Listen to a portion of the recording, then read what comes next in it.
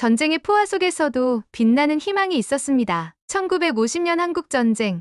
25살의 젊은 미군 장교와 한 마리 진돗개의 운명적인 만남은 수많은 생명을 구했죠. 진돗개의 놀라운 충성심과 지혜는 전쟁의 비극 속에서 인간성을 지키는 마지막 보루가 되었습니다. 이제 93세가 된 제 할아버지께서 들려주신 이야기를 시작하겠습니다. 무슨 일인지 그녀의 사연을 들어볼까요? 지금 사연을 시작합니다. 시청하시기 전에 여러분의 구독과 좋아요, 그리고 알림 설정이 큰 도움이 됩니다. 안녕하세요. 저는 보스턴 케임브리지에 사는 리사 모건입니다. 제 할아버지의 서재에는 오래된 흑백 사진 한 장이 걸려 있죠. 미 육군 공보처가 1950년 한국전쟁 당시 찍은 사진으로 젊은 미군 장교와 한 마리의 진돗개가 함께 있는 모습이에요. 사진 속 주인공이 바로 제 할아버지 알렉산더 모건 중위와 그의 충직한 전우 토르입니다. 저는 어릴 때부터 이 사진에 대해 궁금했습니다. 할아버지는 평소에 전쟁 이야기를 잘하지 않으셨지만 유독 토르에 대한 이야기만큼은 눈빛이 반짝이며 들려주시곤 했죠. 지금은 93세가 되신 할아버지께서 최근 저에게 할아버지의 일기장과 함께 토르와의 특별했던 이야기를 들려주셨습니다. 리사, 이제는 내가 이 이야기를 알려야 할 것 같구나. 할아버지는 오래된 가족 일기장을 꺼내시며 말씀하셨습니다. 1950년 내가 25살 아름다운 청춘을 국가를 위해 바쳤을 때의 이야기란다. 할아버지는 당시 미육군 제2보병사단 소속의 중이었습니다. 1950년 7월 한국 전쟁이 발발한 직후 부산으로 파견되었고 젊은 장교였던 할아버지는 처음 겪는 전쟁의 현실에 큰 충격을 받으셨다고 합니다. 전쟁은 내가 군사학교에서 배운 것과는 완전히 달랐어. 할아버지는 천천히 말씀을 이어가셨습니다. 교과서에는 전술과 전략만이 있었지. 하지만 실제 전쟁에서는 공포, 고통, 그리고 인간성의 상실이 있었단다. 1950년 9월 인천 상륙작전이 성공한 후 할아버지의 부대는 서울 수복 작전에 참여했습니다. 그리고 그때 운명적인 만남이 찾아왔습니다. 9월 말의 쌀쌀한 새벽이었습니다. 할아버지의 부대는 북한군의 잔존 병력이 숨어 있을지 모른다며 서울 근교의 한 마을을 수색하고 있었습니다. 전통 한옥들이 늘어선 골목에서 순찰을 돌던 중 할아버지는 처음 그를 만났습니다. 반쯤 무너진 한옥 담벼락 옆에서 한 마리 개를 발견했지. 할아버지는 서재에 걸린 사진을 바라보며 말씀하셨습니다. 누런 털에 맑은 갈색 눈동자를 가진 개였어. 당시 이준호 일병이 곧바로 그 개를 알아보았다고 합니다. 중위님, 저건 진돗개입니다. 우리나라에서 가장 충직한 개로 알려져 있죠. 예로부터 장수들이 전쟁에 데리고 다녔다고 해요. 주인과 가족을 위해서라면 목숨도 바치는 개입니다. 할아버지는 그 개의 눈빛이 특별했다고 하셨습니다. 전쟁으로 지친 다른 개들과 달리 위엄과 지혜가 깃든 눈빛이었다고 합니다. 할아버지가 조심스레 다가가자 개는 경계하면서도 도망가지 않았습니다. 그때 이준호가 들려준 이야기가 아직도 생생해. 할아버지는 회상하듯 말씀하셨습니다. 조선시대부터 진돗개는 왕실에서 관리할 정도로 귀한 존재였다고 하더구나. 특히 전쟁에서는 적을 탐지하고 전령 역할을 하며 부상당한 병사들을 구하는 임무까지 맡았다고 했어. 할아버지가 손을 내밀자 개는 잠시 망설이다가 천천히 다가와 할아버지의 손길을 받아들였습니다. 그 순간 전쟁의 긴장감 속에서도 이상한 평화로움이 느껴졌다고 하셨습니다. 그건 마치 운명 같은 만남이었다. 할아버지는 회상하듯 말씀하셨습니다. 마치 오랫동안 기다려온 전우를 만난 것 같은 느낌이었지. 물론 부대원들의 반응은 엇갈렸습니다. 헨리 리상사는 즉각 반대했죠. 모건 중위님, 전쟁터에서 개 한 마리 더 신경 쓸 여유가 없습니다. 하지만 이준호 일병은 적극적으로 개를 데려가자고 주장했습니다. 진돗개는 밤눈이 밝고 청각도 발달했습니다. 적의 기습을 미리 알아채는데 큰 도움이 될 거예요. 게다가 이 개는 이 지역을 잘 알고 있을 테니까요. 할아버지는 그 개의 이름을 토르라고 지으셨습니다. 북유럽 신화에 나오는 천둥의 신처럼 강인하고 용맹한 모습이 닮았거든. 전쟁의 한가운데서 우리에게 빛이 되어준 이 녀석과 꼭 닮았어. 놀랍게도 토르는 금세 부대에 적응했습니다. 할아버지의 일기장에는 토르와의 초기 생활이 상세히 기록되어 있었습니다. 1950년 10월 2일 오늘도 토르 덕분에 목숨을 건졌다. 야영 중이던 새벽, 토르가 갑자기 으르렁거리며 북쪽을 주시했다. 이어서 북한군 정찰대가 나타났고 우리는 미리 대비할 수 있었다. 토르가 없었다면 우리 모두가 죽었을지도 모른다. 토르의 존재는 단순한 군견 그 이상이었습니다. 행군할 때면 늘 선두에서 길을 인도했고 야간 보초 때면 누구보다 날카로운 감각으로 주변을 살폈습니다. 특히 한국의 지형에 대한 톨의 이해는 놀라웠다고 합니다. 10월 5일, 오늘 이준호가 들려준 이야기가 흥미로웠다. 한옥 마을을 지나는데 토르가 갑자기 무너진 한옥의 구들장 밑으로 들어갔어. 처음엔 이해할 수 없었지만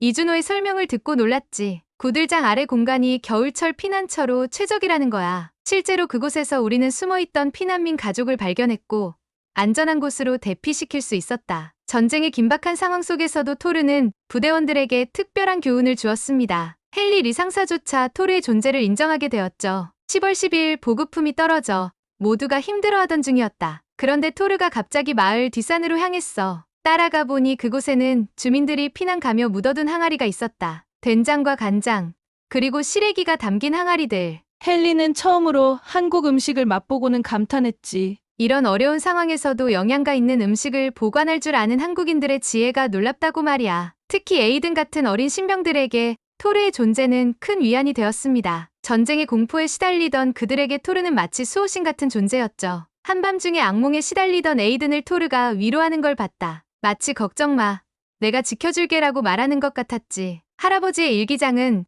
1950년 10월 중순으로 접어들며 더욱 긴박해졌습니다. 날씨는 추워지고 전황은 악화되어 갔지만 토르와 부대원들의 유대는 더욱 깊어졌습니다. 10월 15일 오늘 우리는 놀라운 경험을 했다. 폭격으로 무너진 한옥마을에 고립되었을 때 토르가 우리를 이끈 곳은 하영인의 집이었다. 그곳에서 우리는 한국인들의 놀라운 지혜를 배웠다. 한옥의 처마 구조 덕분에 폭격의 파편이 건물 안까지 들어오지 못했고 마당의 장독대에서는 아직도 먹을 수 있는 김치가 있었다. 이준호의 설명으로는 장독대의 위치가 과학적으로 설계되어 음식이 잘 보관된다고 했다. 전쟁 속에서도 문화적 교류는 계속되었습니다. 하영의 할머니는 부대원들에게 감자밥을 만들어주셨고 할아버지는 그때의 경험을 특별히 기록해두셨습니다. 단순한 감자로 만든 음식이었지만 그 맛은 잊을 수 없다. 올리버는 이런 위기 상황에서도 이렇게 맛있는 음식을 만들어내다니 라며 연신 감탄했다. 토르도 평소와 달리 식사 시간에 자리를 떠나지 않고 우리 곁을 지켰다. 마치 우리가 한 가족이 된 것 같은 순간이었다. 그러나 평화로운 순간도 잠시,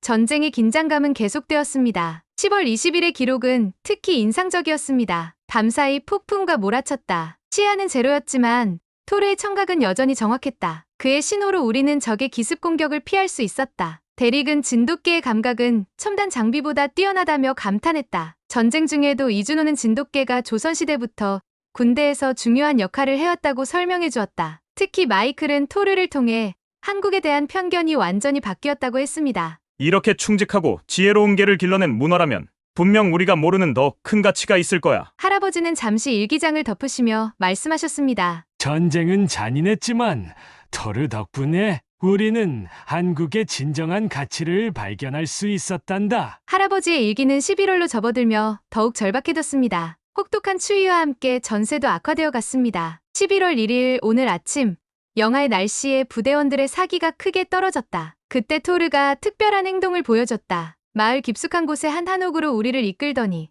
구들장 아래를 파기 시작했다. 그곳에서 우리는 숨겨진 참호를 발견했다. 이준호는 이것이 임진왜란 때부터 이어져 온 피난처라고 설명했다. 온돌 아래라 따뜻했고 습기도 없었다. 토르의 지혜 덕분에 우리는 안전한 거처를 얻었다. 한국의 전통 가옥은 전쟁 중에도 그 가치를 발휘했습니다. 할아버지는 특히 한옥의 과학적 설계에 감탄하셨다고 합니다. 11월 5일 헨리는 오늘 한옥의 구조에 대해 끊임없이 질문했다. 기둥과 들보가 받치는 목구조는 폭격의 충격을 분산시켰고 처마의 각도는 여름엔 햇빛을 막고 겨울엔 햇빛을 받아들였다. 이준호의 설명을 들은 부대원들은 한국의 건축 지혜에 놀라워했다. 토르는 이런 환경에서 더욱 빛을 발했습니다. 어느 날은 폭설 속에서 길을 잃은 부대원들을 구하기도 했죠. 11월 10일 마이클과 올리버가 정찰 도중 실종됐다. 눈보라가 너무 심해 수색도 불가능했다. 하지만 토르는 망설임 없이 눈보라 속으로 뛰어들었다. 놀랍게도 2시간 만에 그들을 찾아냈다. 이준호는 진돗개의 뛰어난 후각과 방향 감각이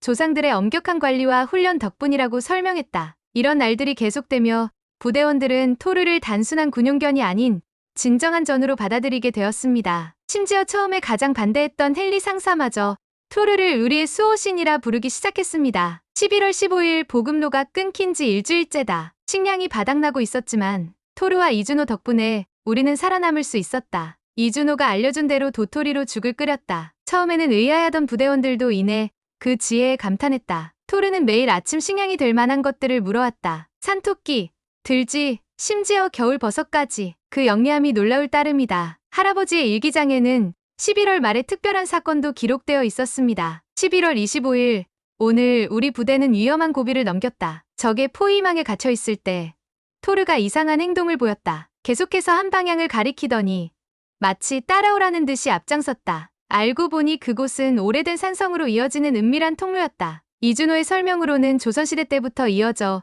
온 비밀 통로라고 했다. 토르의 본능은 이 땅에 새겨진 오래된 지혜까지 읽어낸 것일까? 그날 밤, 할아버지는 긴 기록을 남기셨습니다. 부대원들은 산성 안에서 안전하게 밤을 보내며 처음으로 마음 편히 쉴 수 있었다고 합니다. 에이드는 처음으로 고향 이야기를 꺼냈고, 올리버는 전쟁이 끝나면 꼭 다시 한국을 방문하겠다고 했답니다. 마이클이 흥미로운 말을 했다. 우리가 한국을 도우러 왔다고 생각했는데 오히려 우리가 더 많은 것을 배우고 있는 것 같아. 정말 그랬다. 토르를 통해 우리는 한국의 문화, 지혜, 그리고 끈기를 배웠다. 이 전쟁의 참혹함 속에서도 우리는 무언가 소중한 것을 발견하고 있었다. 12월로 접어들며 날씨는 더욱 추워졌지만 부대원들의 마음만은 따뜻했습니다. 토르는 이제 부대의 마스코트를 넘어 진정한 영웅이 되어 있었습니다. 11월 30일 오늘 밤, 토르는 여느 때처럼 우리 곁을 지키고 있다. 그의 충성심과 지혜는 이미 전설이 되었다. 데릭은 농담처럼 말했다. 이제 우리는 한미연합군이 아니라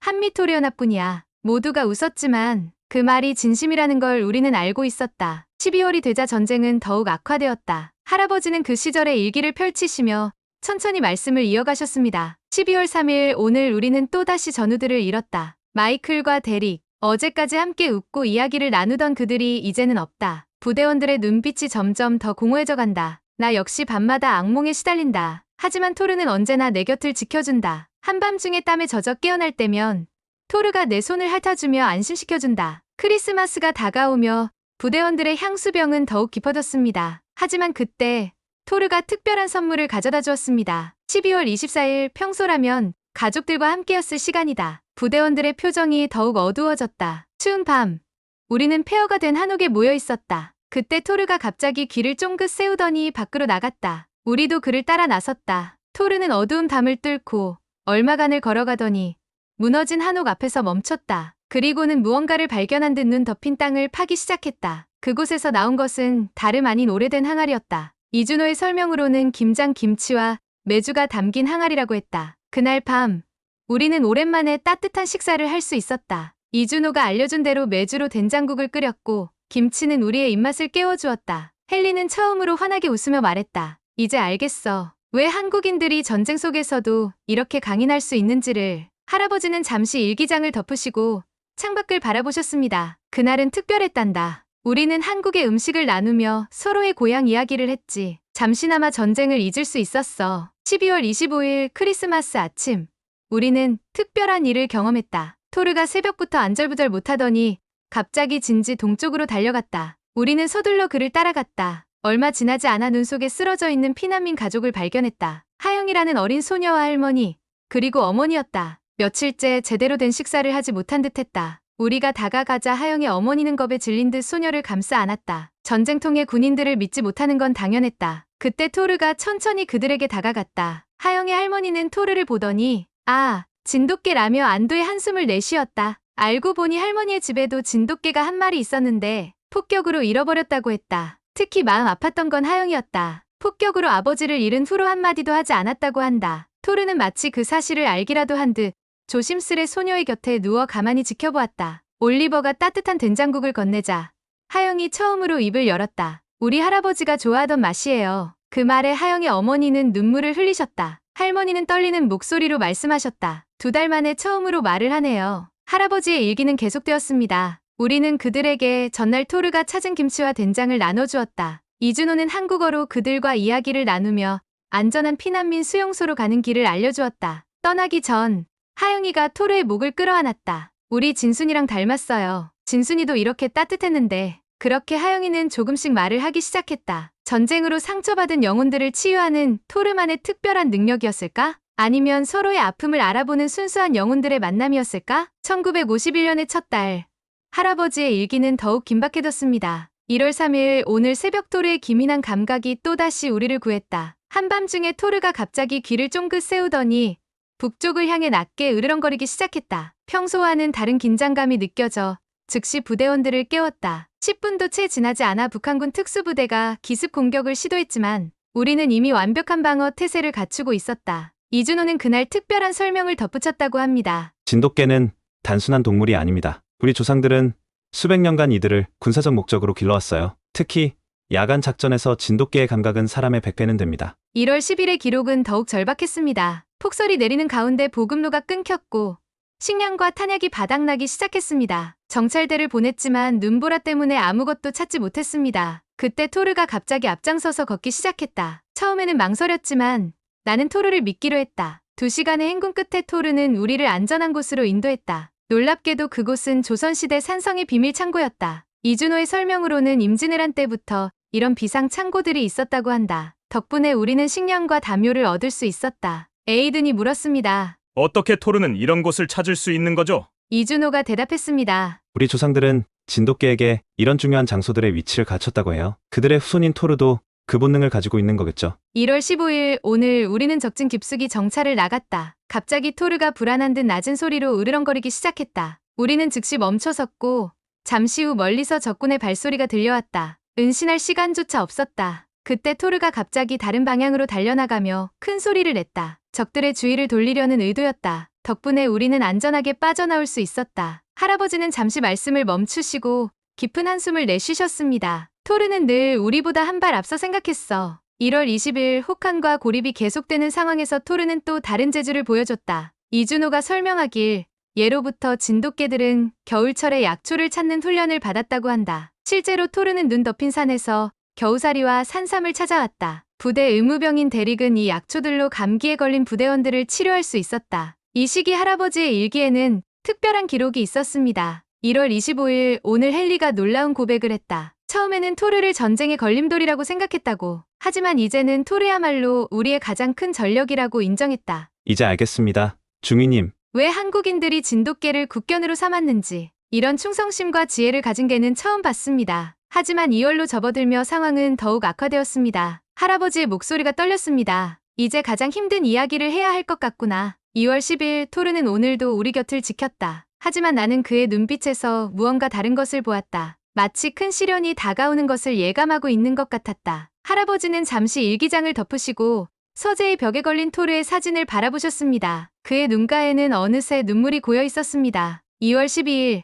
그날은 내 평생 잊지 못할 날이 되었단다. 새벽부터 심상치 않은 기운이 감돌았다. 토르도 평소와 달리 안절부절 못하는 모습을 보였다. 새벽 순찰을 돌던 중 토르가 갑자기 격렬하게 짖기 시작했다. 이어서 엄청난 폭발음과 함께 중공군의 대규모 공세가 시작되었다. 우리는 순식간에 포화에 휩싸였다. 할아버지는 그날의 상황을 자세히 설명해 주셨습니다. 중공군은 압도적인 병력으로 공격해왔고 미처 대비하지 못한 연합군은 큰 혼란에 빠졌다고 합니다. 전황은 시시각각 악화되었다. 우리 부대는 고립되어 있었고 적의 포위망은 점점 좁혀져 왔다. 부대원들의 얼굴에는 절망감이 가득했다. 누군가는 결단을 내려야 했다. 나는 적을 유인해 부대원들에게 탈출 기회를 만들어 주기로 결심했다. 그때 토르가 내 곁으로 다가왔다. 그의 눈빛은 전과 달랐다. 마치 함께 가겠습니다라고 말하는 것 같았다. 나는 토르의 목을 끌어안았다. 이것이 우리의 마지막이 될지도 모른다는 생각이 들었다. 할아버지는 잠시 말씀을 멈추시고 깊은 숨을 들이쉬셨습니다. 나는 부대원들에게 내가 적을 유인하는 동안 후퇴하라고 명령했다. 처음에 그들은 반대했지만 다른 선택지가 없었다. 이준호는 마지막으로 토르의 목을 껴안으며 우리나라를 지켜줘서 고맙다고 속삭였다. 할아버지와 토르는 함께 계곡 쪽으로 달렸습니다. 예상대로 상당수의 적군이 그들을 쫓아왔고 두 사람은 수류탄을 던지고 총을 쏘면서 계속해서 적들의 주의를 끌었습니다. 토르는 때로는 앞서 달리며 길을 인도했고 때로는 내 곁에서 적의 동태를 알려주었다. 계곡 깊숙한 곳에 이르렀을 때였다. 갑자기 여러 방향에서 총성이 들렸다. 나는 바위 뒤로 몸을 숨기려 했다. 그 순간 토르가 갑자기 내 앞으로 뛰어들었다. 할아버지의 눈에서 눈물이 흘러내렸습니다. 여러 발의 총알이 토르를 관통했다. 나도 어깨에 부상을 입었지만 토르가 없었다면 그 자리에서 즉사했을 것이다. 나는 토르를 안고 필사적으로 달렸다. 어깨의 통증도 피로도 느낄 수 없었다. 오직 토르를 살려야 한다는 생각뿐이었다. 2월 13일 토르는 기적적으로 밤을 넘겼다. 대리기 할 수 있는 모든 처치를 했지만 총상이 너무 깊었다. 그런데도 토르는 여전히 나를 걱정하는 듯한 눈빛을 보였다. 내 부상당한 어깨를 힘겹게 바라보며 마치 괜찮으세요? 라고 묻는 것만 같았다. 할아버지는 그 다음 날의 일기를 펼치셨습니다. 2월 14일 새벽. 토르의 상태가 급격히 나빠졌다. 나는 밤새 그의 곁을 지켰다. 토르는 마지막까지 강인했다. 고통 속에서도 꼬리를 살짝 흔들며 나를 안심시키려 했다. 이준호는 끝까지 토르의 귀를 긁어주며 한국어로 뭔가를 속삭였다. 아침 해가 떠오를 무렵 토르는 내 품에서 조용히 눈을 감았다. 그의 마지막 순간까지도 눈빛은 충성심과 사랑으로 가득했다. 방 안에는 무거운 침묵이 흘렀습니다. 2월 15일 오늘 우리는 토르를 위한 작은 장례식을 치렀다. 전쟁 중이라 많은 시간을 할애할 순 없었지만 부대원들은 잠시나마 그를 위해 멈춰섰다. 작은 언덕 위에 그를 묻고 부대원들은 경례로 마지막 인사를 했다. 나는 토르의 목줄을 그의 무덤 앞에 걸어두었다. 헨리는 평소와 달리 눈시울을 붉히며 말했다. 그는 우리의 수호천사였습니다. 할아버지는 서랍에서 오래된 가죽 목줄을 꺼내셨습니다. 70년이 넘는 세월이 지났지만 그것은 소중히 보관되어 있었습니다. 이건 내가 토르의 무덤에서 가져온 거란다. 전쟁이 끝나고 한국을 떠날 때 나는 이것만은 꼭 가져가야 했어. 토르를 기억하기 위해 할아버지는 마지막 일기장을 조심스레 꺼내셨습니다. 다른 일기장들과 달리 이것은 전쟁이 끝난 후 미국으로 돌아와 쓰신 것이었습니다. 1953년 8월 토르의 무덤을 마지막으로 찾았다. 작은 나무가 자라나 있었다. 마치 토르가 이 땅의 일부가 되어 평화를 지켜주는 것 같았다. 그의 목줄만 가지고 돌아가지만 나의 마음 한켠에는 영원히 토르가 살아있을 것이다. 할아버지는 전후의 삶에 대해 이야기해 주셨습니다. 토르와의 기억은 할아버지의 인생을 완전히 바꾸어 놓았다고 합니다. 1954년 오늘 퇴역군인 모임에서 토르의 이야기를 들려주었다. 모두가 깊은 감동을 받았다. 한전우는 눈물을 흘리며 말했다. 당신은 정말 행운이었군요. 나는 정말 행운하였다. 그래서 전쟁의 상처를 안고 사는 전우들을 위한 반려동물 프로그램을 시작했다. 1970년대 토르는 내게 단순한 군견 이상의 의미였다. 그는 내게 진정한 사랑과 희생이 무엇인지 가르쳐 주었다. 전쟁의 폭력 속에서도 순수한 영혼이 존재할 수 있다는 것을,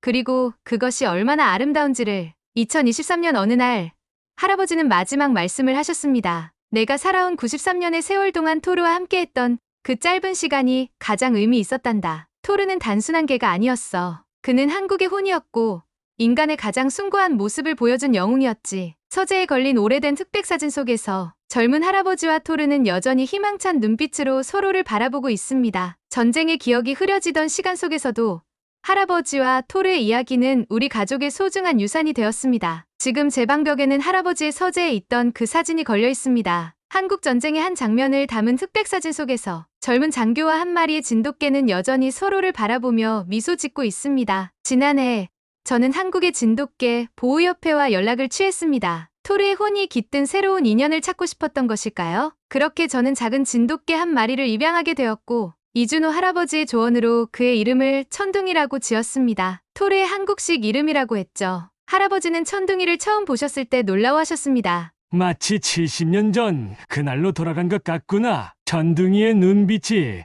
그때의 토르와 똑같아. 이제 저는 이 이야기의 새로운 증인이 되었습니다. 전쟁이라는 극한의 상황에서 피어난 인간과 동물의 특별한 우정, 그리고 한국인들의 오랜 지혜가 만들어낸 진돗개의 충성심은 시간을 넘어 계속해서 우리에게 감동을 전해주고 있습니다. 여러분은 어떠신가요? 전쟁과 갈등으로 얼룩진 우리의 역사 속에서 진정한 우정과 사랑이 국적과 인종을 뛰어넘어 피어날 수 있다는 것을 믿으시나요? 그리고 그 우정이 세대를 거쳐 이어질 때 우리는 어떤 희망을 발견할 수 있을까요? 감동보감의 오늘의 사연은 어떠셨나요? 여러분의 이야기를 들려주고 싶은 분들은 언제든지 사연 제보 부탁드립니다. 여러분의 사연 하나하나가 감동보감 사연을 제작하는 큰 힘이 됩니다. 감동보감은 감동적인 사연을 언제나 환영합니다. 오늘의 이야기가 마음에 드셨다면 구독과 좋아요, 알림 설정 감사합니다.